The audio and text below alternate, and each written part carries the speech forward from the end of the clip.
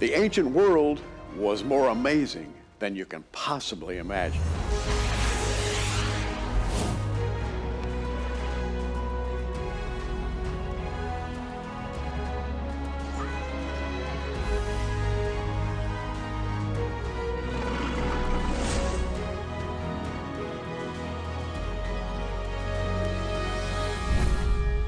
And here to talk with us today about the ancient world and about the remaining traces of the ancient world, filmmaker, author, Timothy Alberino. Tim, good to have you in studio today. Pleasure to be with you, Gary.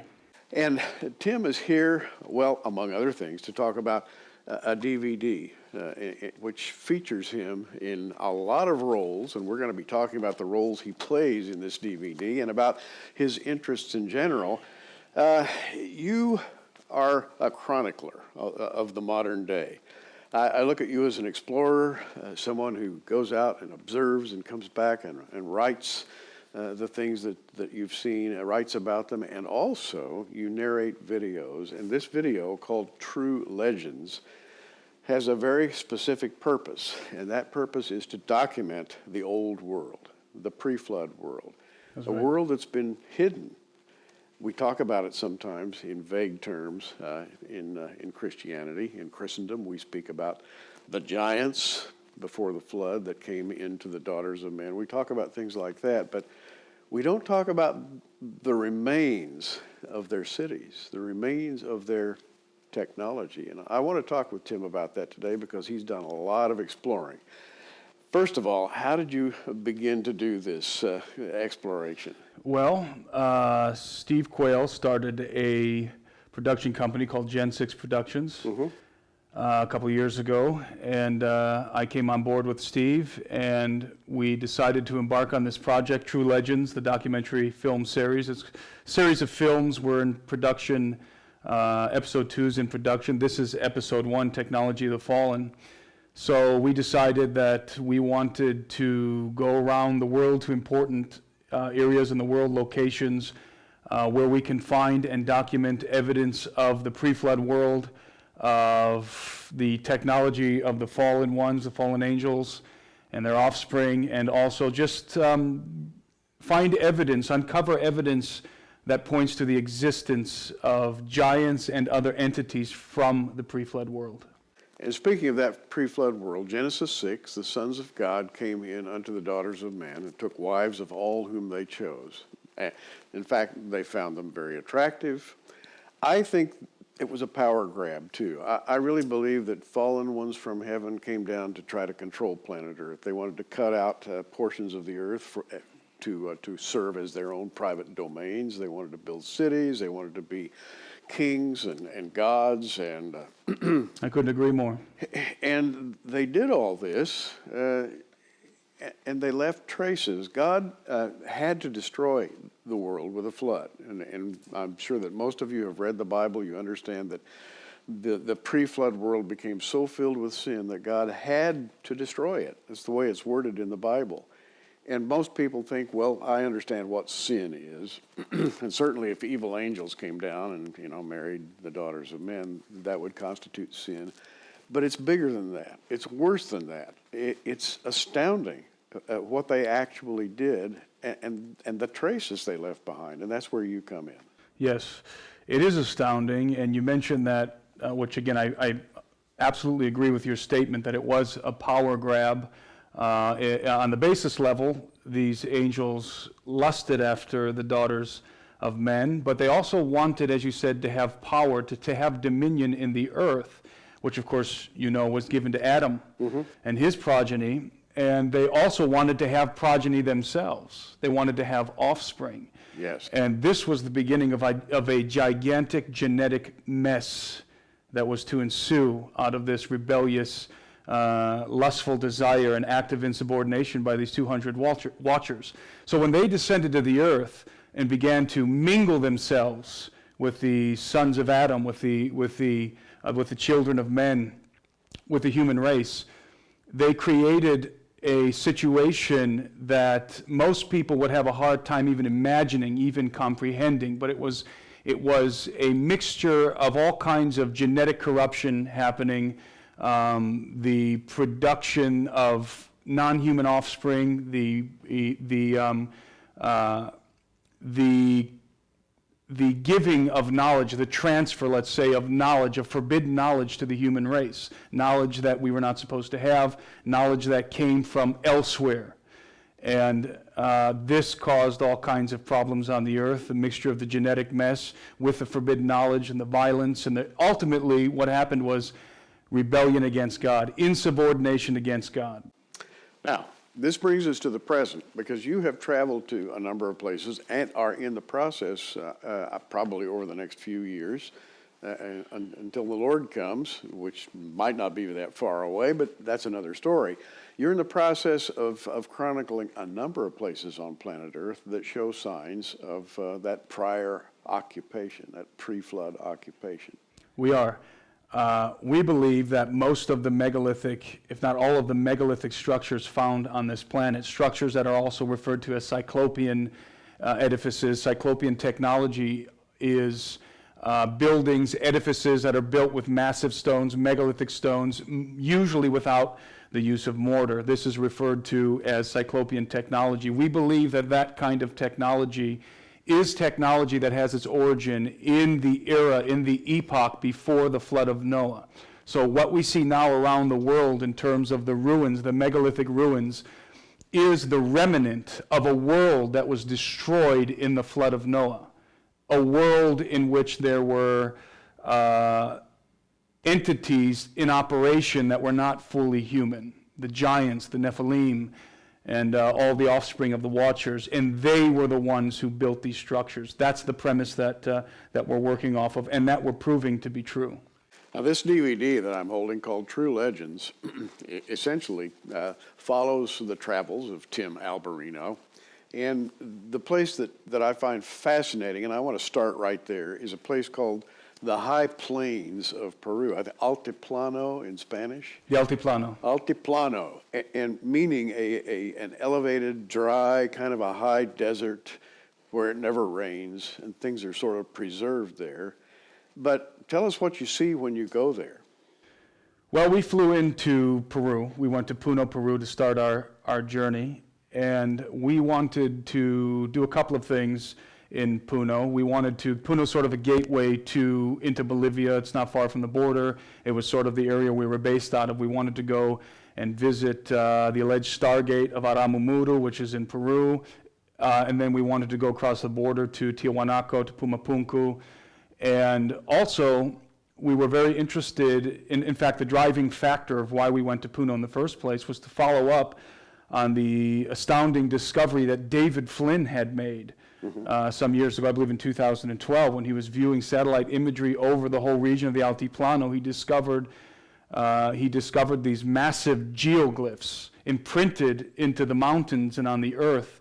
And so the whole area was very mysterious, and obviously we knew about the ruins of Tiahuanaco, Pumapunku, so we decided to go there. Now the Altiplano, like you said, is a very interesting place because it's about 13,000 feet above sea level, and it stretches from Peru into Bolivia, into parts of Argentina and Chile, and it's a flat plain. It's the second highest plain in the world, second only to Tibet. And as you said, that causes a very interesting situation in terms of the preservation of the artifacts that are there. It doesn't rain much, and the altitude and so forth has really inhibited the amount of building that you can do up there. You can't really construct huge cities up there because of the altitude. So a lot of the artifacts are intact and are well preserved, and so we wanted to go take a look at those. And we spent a good deal of time right across the border in Bolivia, in the town of Tiahuanaco, where the famous ruins of Pumapunku are located, and then the other facilities such as the Temple of Kalasasaya and the other ruined structures in that area. Now the natives sort of think of the old ones. They sort of worship them. Sometimes they regard these remains as buildings that were built by their forebears. They don't have a very clear idea of what these things are. In other words, they have a local interpretation. But when you go and you look at these things, you say, wait a minute, these have to be very, very old. Actually, the Inca, obviously the Inca Empire was, the capital of the Inca Empire was in Cusco, Peru, but their empire extended all the way from what is now Colombia, all the way down the coast of the Pacific Ocean into Chile. And so that was part of their domain, that area. And the Inca and also the other natives that lived there believed that the structures at Tiwanaku and Pumapunku were built in the age before the Great Flood. This is what they believed. In fact, the artifacts that remain there, the large megalithic stones, the ruins that remain in that area, are buried under about 10 feet of sediment that we know was deposited as a result of a great flood. A great wave must have washed over the land, because we have in the soil, we have calcified seashells and other calcified animals from the ocean. So, Yeah, and these are shown in in True Legends. When you watch this, you'll be amazed at some of the things you'll see. Here's the thing: the Altiplano, this high desert, is not down by the sea. It's up very high. it is. And yet there are seashells and sediments up there. That's right. And buildings that look like they have been destroyed by strong currents and then buried partially. And then when you look at the buildings, and it just blows me away when you walk among these ruins, you're looking at things that are built with high technology. You're looking at very hard stones that have been machined almost with precise 90-degree angles and glistening faces. And we're talking about hard stone. We're talking about andesite, and in some cases there's red sandstone, which isn't very hard, but andesite is a very hard stone. And what you find in Pumapunku is absolutely perfect right angles cut into the stone. The blocks were built as interlocking pieces, so the blocks interlocked with each other. It was built to be resistant to earthquakes, to seismic activity.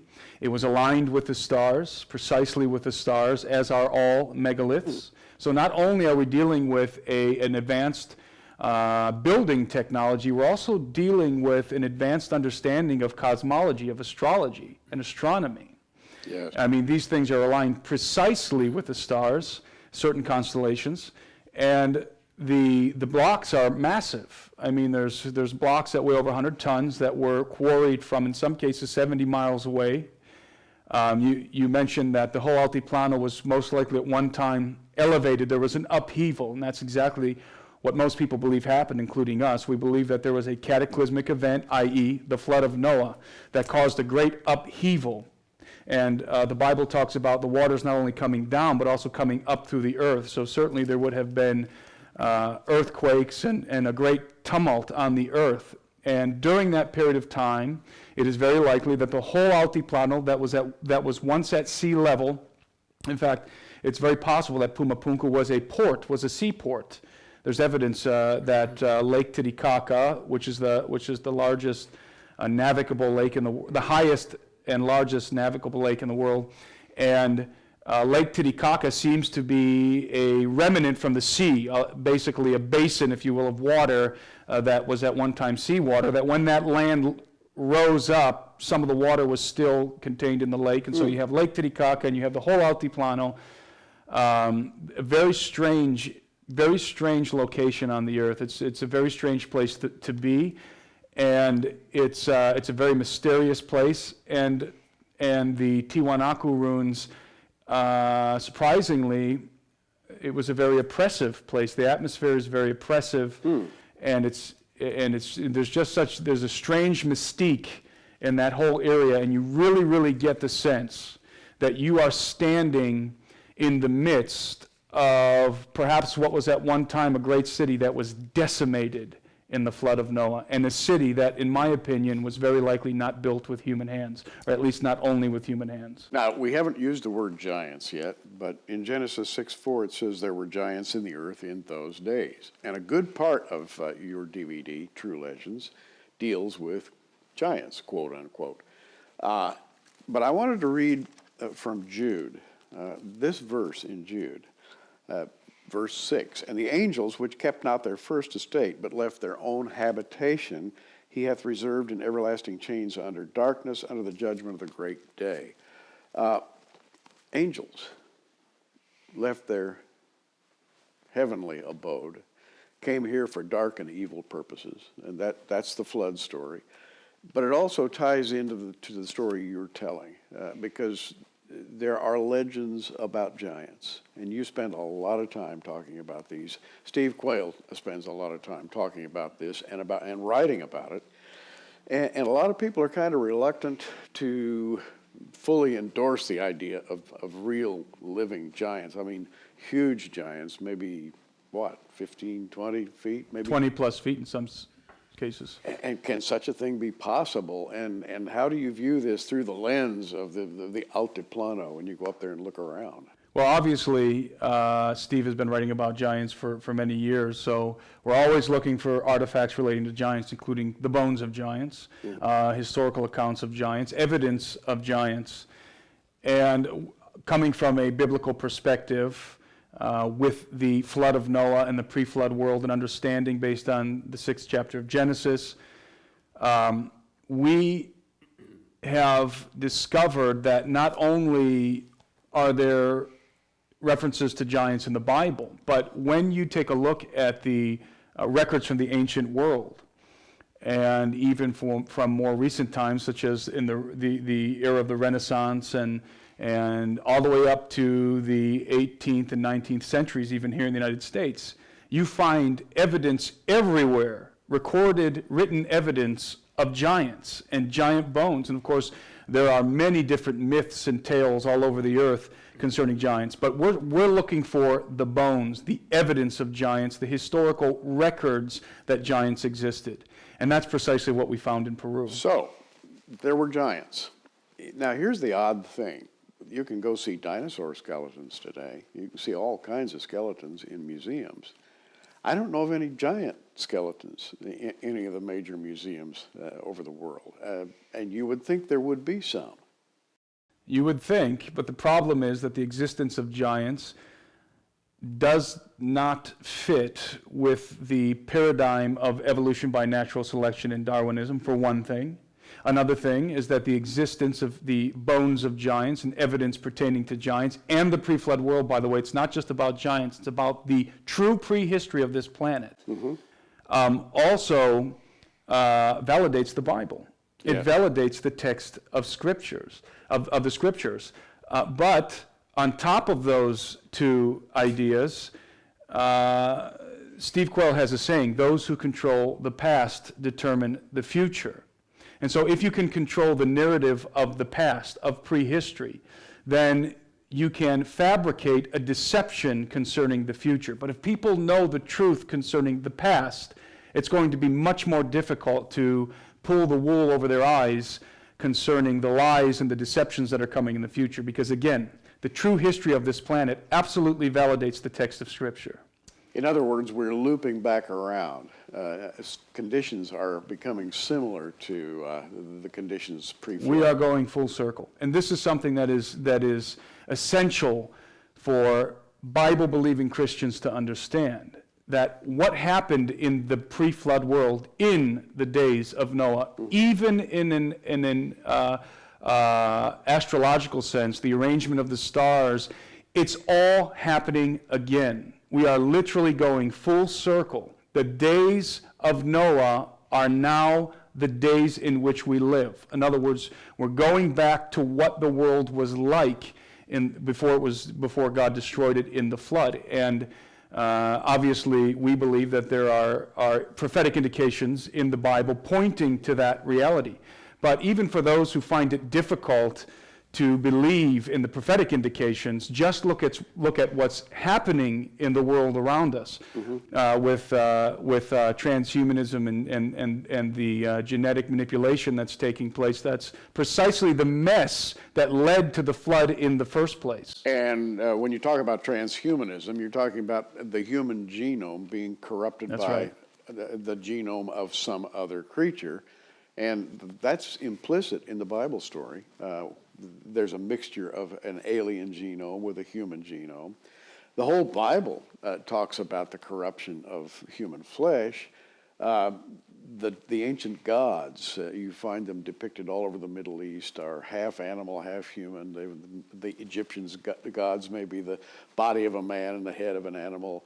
And when you track back into the world of the giants, as you have, you discover exactly this kind of mythology, don't you? That's precisely what you discover. What you discover is a cover-up relating to the prehistory of this planet, relating to what truly was happening. And again, you find absolute validation of the text of Scripture. And the pre-flood world, one of the major reasons why it's not just a cover-up about giants, it's a cover-up about the whole idea that of the pre-flood world. This was, we can call it the empire of the gods, the Atlantean time, when the gods mingled themselves with men, and again, were teaching the human race and their hybrid offspring technology that they were not supposed to have. And after the flood, the technology, the knowledge that came from them, from the watchers, from the fallen angels, was dispersed, especially after the Tower of Babel. But after the flood, it was dispersed. I think it was regathered to a degree at the Tower of Babel, but then God put a stop to that, divided the tongues, and the knowledge of the fallen angels was dispersed all over the earth, now preserved in the secret societies and mystery schools, and they're trying to bring it all together again now in the times in which we live. These are, in fact, a repeat. We are entering the repeat to the days of Noah. And that would be in Matthew 24, where Jesus said to the disciples, as it was in the days of Noah, so shall it be in the days of the coming of the Son of Man. I think we're in the latter days, the last days, depending on which phrase you want to use. And this is one of the signs. I think these things are beginning to be alive again before our very eyes. And that's what you're chasing down. You're tracking that story, Absolutely. Attempting to make it real. And I think that it'll really help Christians to understand the times in which we live if they become aware of these things. It will. It will, because in order to understand what will be and what is, we absolutely have to understand what was. Because again, we're going full circle. Mm-hmm. And the days, a lot of the prophetic material in the Bible that speaks to the days which are coming and the days that are upon us now have to do with the dynamics that were taking place in the world before the flood of Noah. And so what I'm telling people, and what Steve and I are trying to get across to people in the True Legends and the documentary series, mm-hmm. is that we have to understand the context the context of the days in which we're living. We want people to understand that, so we're going back to the past. We're trying to show them that there is an explanation for some of the things that are about to start happening on the earth, things that are going to blow people's minds. People are going to be, I believe a lot of people are going to lose their faith when certain things begin to unfold because they were not prepared. They did not have a biblical foundation that will give them the proper explanation for the things that are unfolding and that are going to unfold. And that's what our desire is, to prepare people. Now, briefly, and I want to cover this more, perhaps in another program, the fact that you don't find skeletons in museums that are 16 feet tall, the fact that when you go to these ancient places, you discover them guarded, as though people don't want you to be looking at this stuff. There's the growing idea that there's if you will, a clique out there, an operating power structure or power elite that doesn't want all this to be known. And this fascinates me in one way, and it's a little bit frightening in another way. Yeah, there is definitely a cover-up concerning the bones of giants. And everywhere we go, by the way, looking for evidence of giants, we run into that cover-up everywhere. And we've interviewed people. We're not just, in the first episode of our documentary series, Technology of the Fallen, we document exhaustively a lot of historical records that come out of the archives in Peru that the chroniclers wrote. And these are the same guys. These are the chroniclers that wrote the history of the conquest of Peru. This is where we get our history from. These guys are talking about giants in no uncertain terms. Very, very large giants, full skeletons, mummified bodies of giants, 15 feet plus. And so, and they also describe how many of those bones were confiscated or burned, And in other places of the world, in the further episodes that are following this episode, which are in production right now, we interview all kinds of people who have actually seen with their eyes the bones and skeletons of giants. And we're talking about in the 50s, 60s, 70s, all the way up to 2005, the bodies and bones of giants. And we're talking about this particular DVD called True Legends. It's truly a must-watch. You will not be bored. I guarantee you will not want to turn this off, so be prepared to sit and watch for a while. The production standards are very high. The cinematography, fabulous. Timothy does a wonderful job of taking you right into this world and letting you see for yourself what remains of the days before the flood.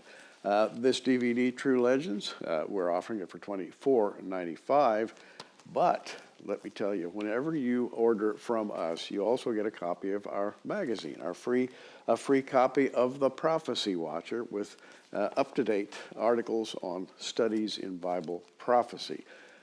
More than that, check these huge books by Steve Quayle. This one, True Legends, has a giant on the cover. This one, Genesis 6 Giants. We are offering Legendary Giants package. These two books, plus the DVD, all three for $99.95, and of course, the order will be accompanied by a free copy of The Prophecy Watcher. Putting that together, we would love to see you have this information. You need to know about these things. Why? Because you need perspective to truly understand Bible prophecy. And I think that's Tim's mission in life, right? It is, and it is the driving mission, the driving force behind what we're doing with these documentaries. It's really fascinating, and I cannot emphasize enough, we've got about another minute here, the production qualities of this DVD, the filming, the things that you get to see with your own eyes. You can almost smell the dust, you know? I mean, it's really like being there, and I think you've done a great job. Well, thank you. Now, and thanks to our production team. Indeed. Now, let's talk about something else. We don't have time to finish this, but let's start it today. There is a concerted effort to squelch this information. There is, and that's it's something that we're always fighting against. Again, I said everywhere we go, we run into this conspiracy. People tell us that they were told not to talk about what they saw. That some people, even that we've interviewed, were told to shut up at gunpoint concerning the bones and evidences of giants. So it's a very serious thing. His name is Timothy Alberino. We're going to do another interview with him, and we're going to get deeper into this whole conspiratorial notion, because there are a lot of things happening in the world today that tell us what time it is. Believe me, the hour is very late. I'm Gary Stearman. We're watching. You keep watching too. Thanks for joining us on Prophecy Watchers. You can find us on the web at prophecywatchers.com, where you can sign up for our free email newsletter. In the meantime, keep watching, everybody, and we'll see you soon.